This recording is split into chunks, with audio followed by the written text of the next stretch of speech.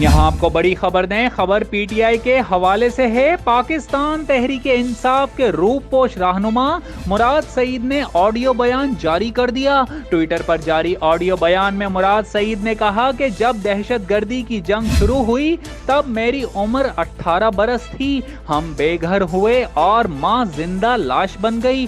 جو national cricket team کا حصہ بننے کے خواب دیکھتا تھا اس کا مستقبل تاریک ہو گیا۔ انہوں نے مزید کہا کہ پردہ دار بہنوں کو راشن کے لیے لائنز میں لگتے دیکھا اور پردیس میں والد روتے تھے، جس گھر کو بنایا وہ مٹی کا ڈھیر ہو گیا۔ ہماری زبانوں پر شکوہ تک نہیں آیا، کبھی پاکستان کا برا نہ چاہا، ہم نے ٹکڑے سمیٹے اور اپنے شہروں کی تعمیر میں لگ گئے۔ سابق وزیر کا کہنا تھا کہ آج ہم پر دہشت گردی اور غداری کے فتوے لگاتے ہیں، آخر یہ لوگ کون ہیں؟ پی ڈی ایم نے پہلے پروگرام میں پاکستان اور پاکستانی اداروں کے بارے میں زہر اگلا۔ یہ سارے ہمیں حب الوطنی کا درس دیتے ہیں۔ واضح رہے کہ 9 مئی کو chairman P T I Imran Khan کی گرفتاری پر ملک میں ہنگامہ آرائی اور توڑ پھوڑ کے واقعات کے بعد تحریک انصاف کے خلاف کریک ڈاؤن شروع ہو گیا، جس کے بعد سے مراد سعید روپ پوش ہیں۔